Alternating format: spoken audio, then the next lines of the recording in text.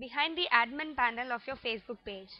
A lot of us have been managing several Facebook pages for few years now, but seldom do we look beyond the admin panel of the Facebook page beyond the Insights section. But did you know that Facebook offers page admins a whole lot of settings in the backend?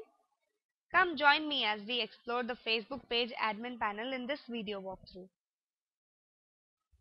To go to the admin settings of your Facebook page, type the URL of your Facebook page followed by a / and settings.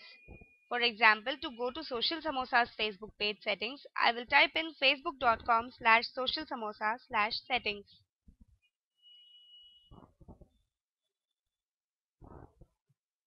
Once you open this page, you will see all the general settings options that you can have for your page. Here you can change your page visibility, ability of people to write on your timeline, their visibility on your page, privacy controls, targeting, restrictions, and moderation amongst a whole host of settings options. These settings are pretty straightforward and you can edit them as per the requirements of your brand page. You can also delete your page by clicking on the Remove Page option. Once you are done with the general settings, you can move on to the Page Info tab to edit information about your Facebook page.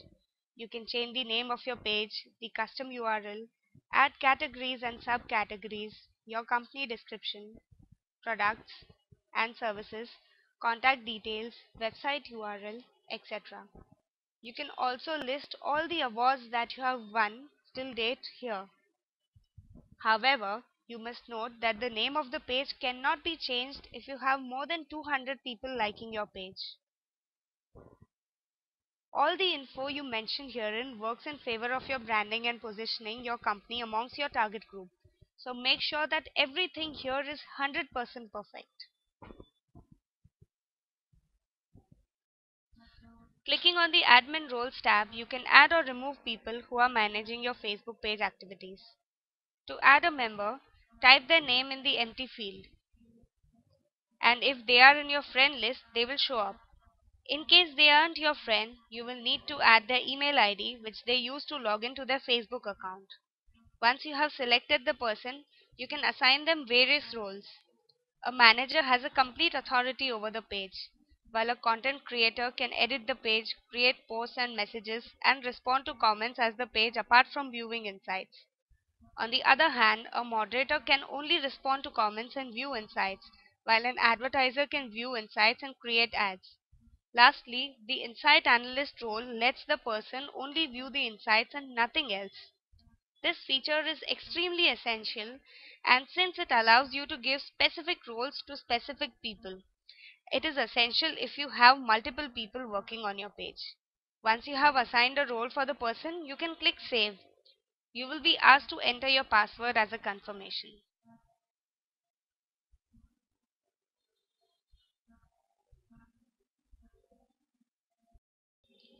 Facebook also has few more tabs apart from these. The Apps tab features the apps that you are already using and will suggest apps that you can add to your page. The Suggested Edits tab will list down all the suggestions shared by your page audience to improve your page information. You have the freedom to accept or decline these suggestions. The Featured tab allows you to share publicly the pages your brand page has liked as well as the owner of the page. The personal information of the page owner is publicly displayed on the About section of the page. In the Report Duplicates tab, you can search for possible duplicates of your page and report them.